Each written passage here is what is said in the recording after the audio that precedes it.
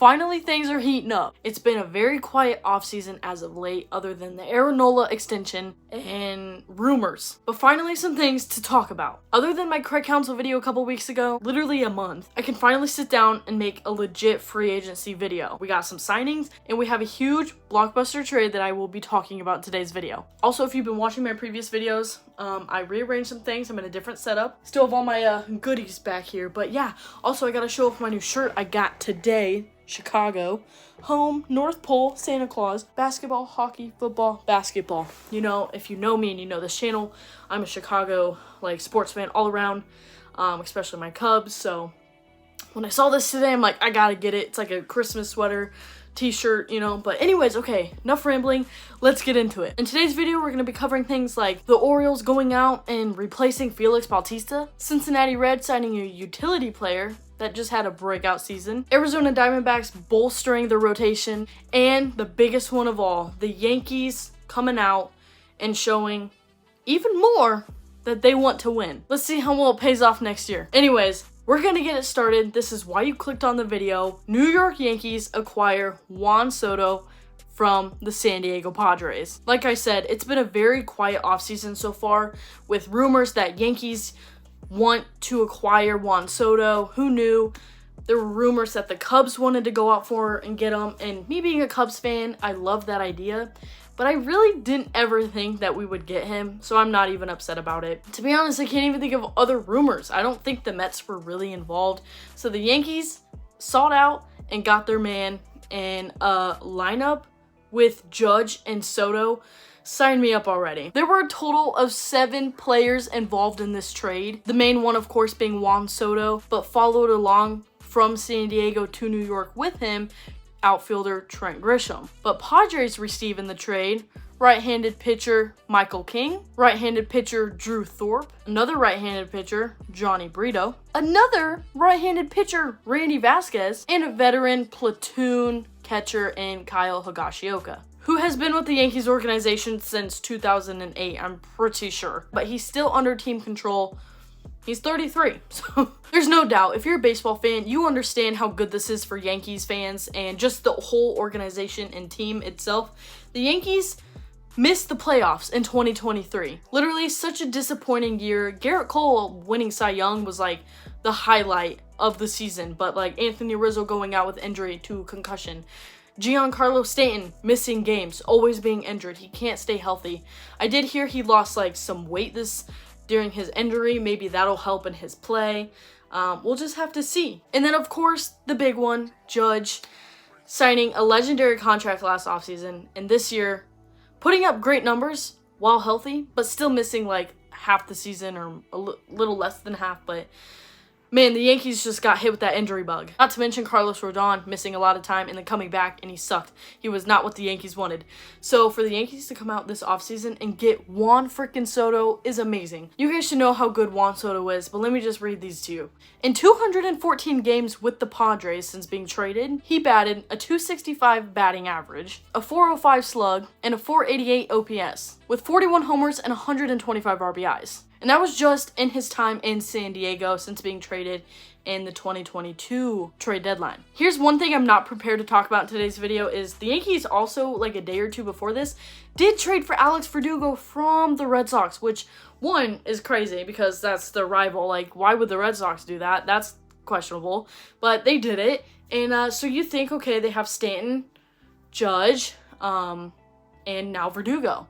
So what's going to happen? Are they still going after Juan Soto? Well, yes, but all part of the plan, I guess, was just to have more than they need of outfielders. So now you may think, okay, they have Soto, Verdugo, Grisham, Judge, Stanton. They have 5 outfielders. Who's going to play DH? Who's going to, be, on the bench? Probably Grisham, maybe.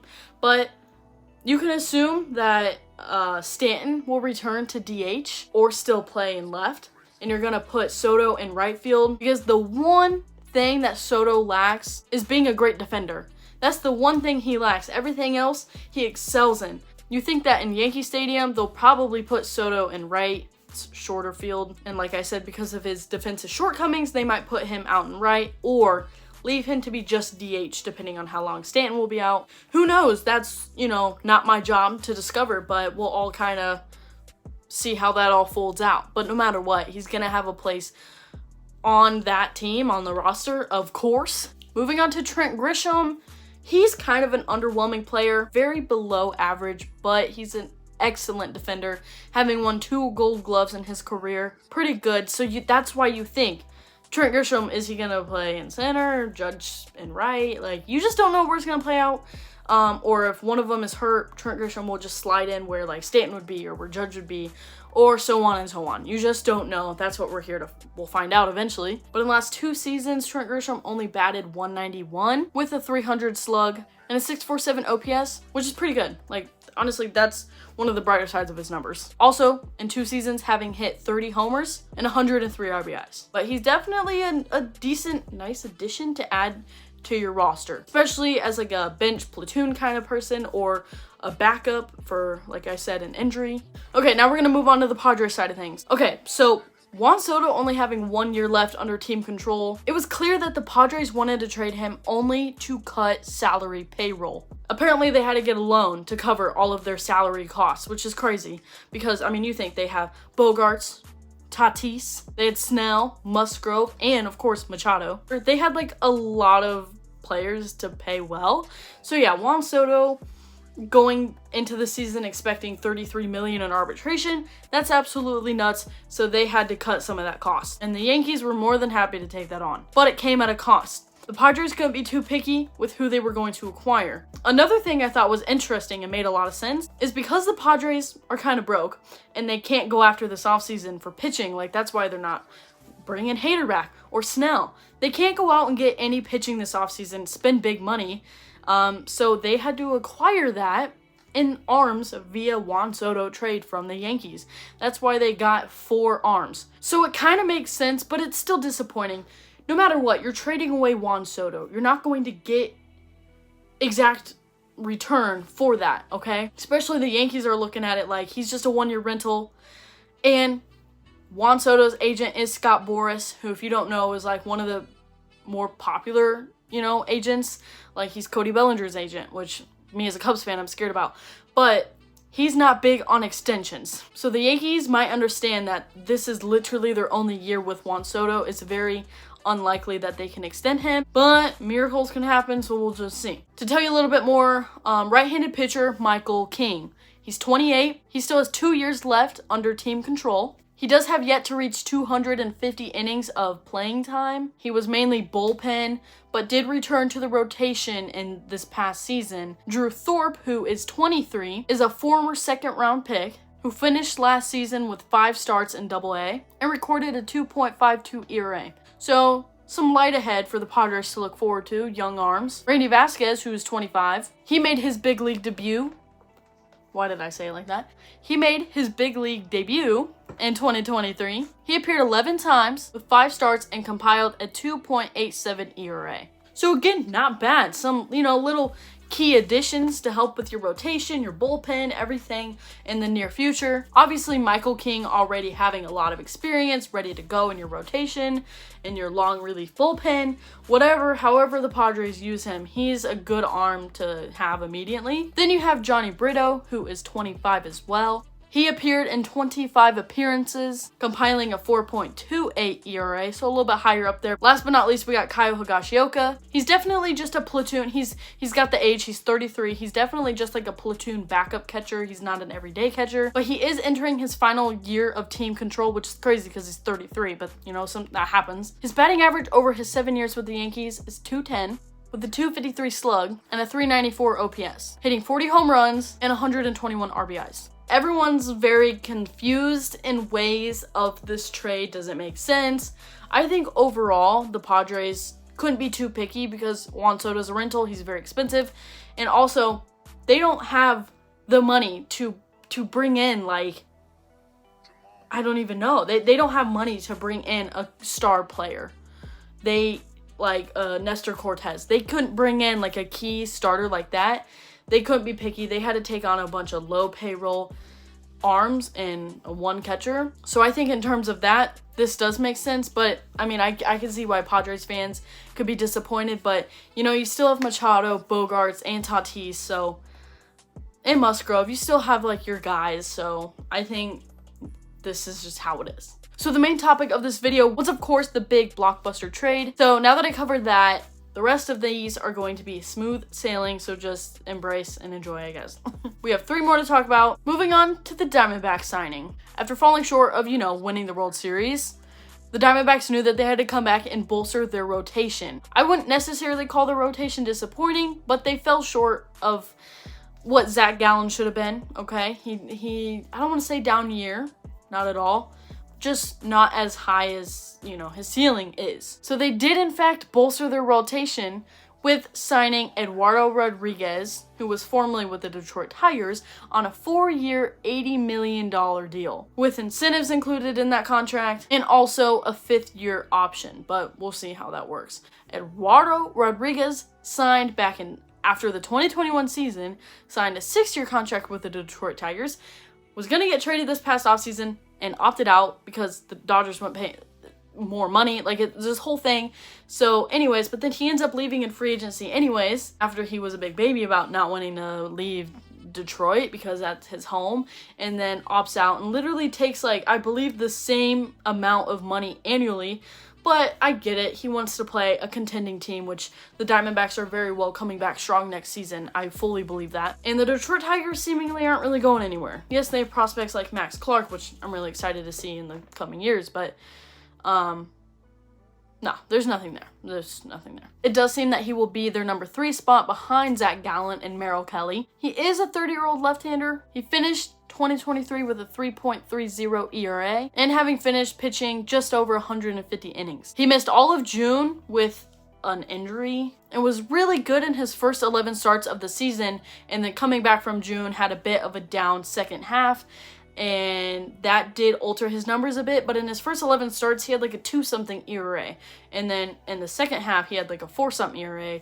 Obviously that combined for a 3.30 ERA, but he's definitely a nice like pickup. I do like this move.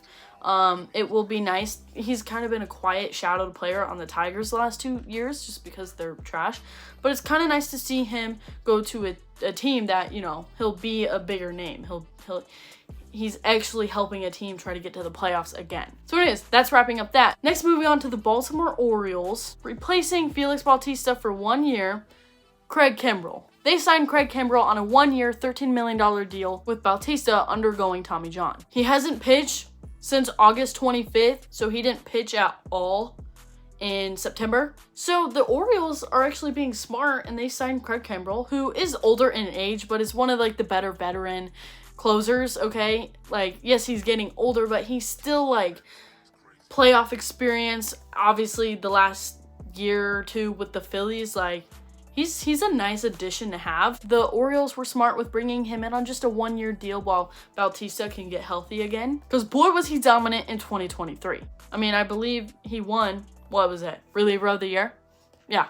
Obviously, like I said, Craig Kimbrel being 35 and, you know, trying to find a place where to sign.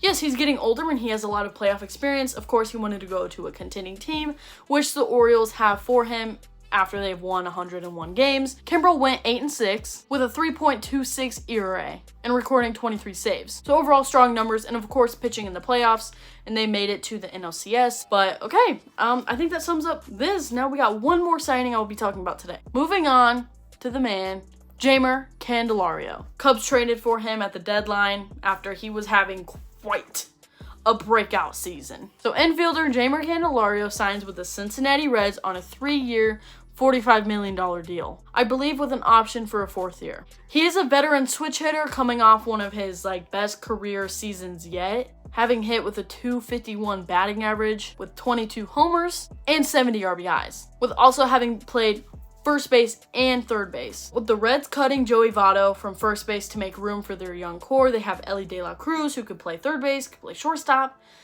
Then you bring in Candelario, who kind of can replace Joey Votto at first, but also is just a nice veteran to have for these young players, because you have Encarnacion Strand, Nick Senzel, or wait, no, he just signed with the Nationals, I believe, so okay, never mind. Spencer Steer somewhere in there, so yeah, you just have Joey Votto will be going elsewhere, so this does make sense. I really didn't know if the Cubs would try to bring Jeimer Canderlario back. I know that there's rumors of them getting Matt Chapman. This isn't about the Cubs, but I'm just saying. I also didn't think that the Cubs would bring back Jeimer Canderlario. I just feel like that wasn't their big priority. So again, like the Juan Soto thing, I didn't really think it would happen. I'm not bummed about it at all. Anyways, guys, okay, this wraps it up. We had the 4 moves, and I did mention the Alex Verdugo trade. I didn't talk about that in today's video because I didn't want this video to be like 30 minutes long. But as I'm recording this, we are going into Friday, December 8th. And the rumor is right now that Shohei Ohtani will be making his decision on where he will be signing by Sunday, by the end of the weekend. It's currently the middle of the night on Friday, going into Friday. My goal is to upload this, of course, at some point today. So if you're watching this, I literally stayed up all night and filmed this video and worked on this video and everything. So hope you enjoy. But yes, I am so ready for this Shohei Ohtani everything. I'm a Cubs fan. They are heavily involved in this, so I'm not gonna lie, I will be a little bit disappointed if like he doesn't sign with them, just because I've gotten my hopes up, but I've told myself not to. But I'm rambling on. Anyways, I really hope you guys did enjoy this video, and I hope you found it useful for your news. I just promised myself like a month ago that I was going to, no matter what, make a video on like all the moves and stuff, all the free agency signings and trades and everything. And yes, as of right now, the Juan Soto trade thing happened a day and a half ago, so it's a little bit behind, but I still, if you guys clicked on this video, clearly you're still interested in it. So yes, keep an eye out for more videos, because like I said, if Shohei Ohtani makes his decision today, the 8th, tomorrow, the 9th, ooh, that's gonna literally break baseball internet. Like, I'm so ecstatic for it. So anyways, thank you guys so much for watching this video. Give it a big thumbs up if you did enjoy and found it useful. And yeah, I'm gonna get to working on more videos, so please like and subscribe, and I'll see you guys in the next one. Peace.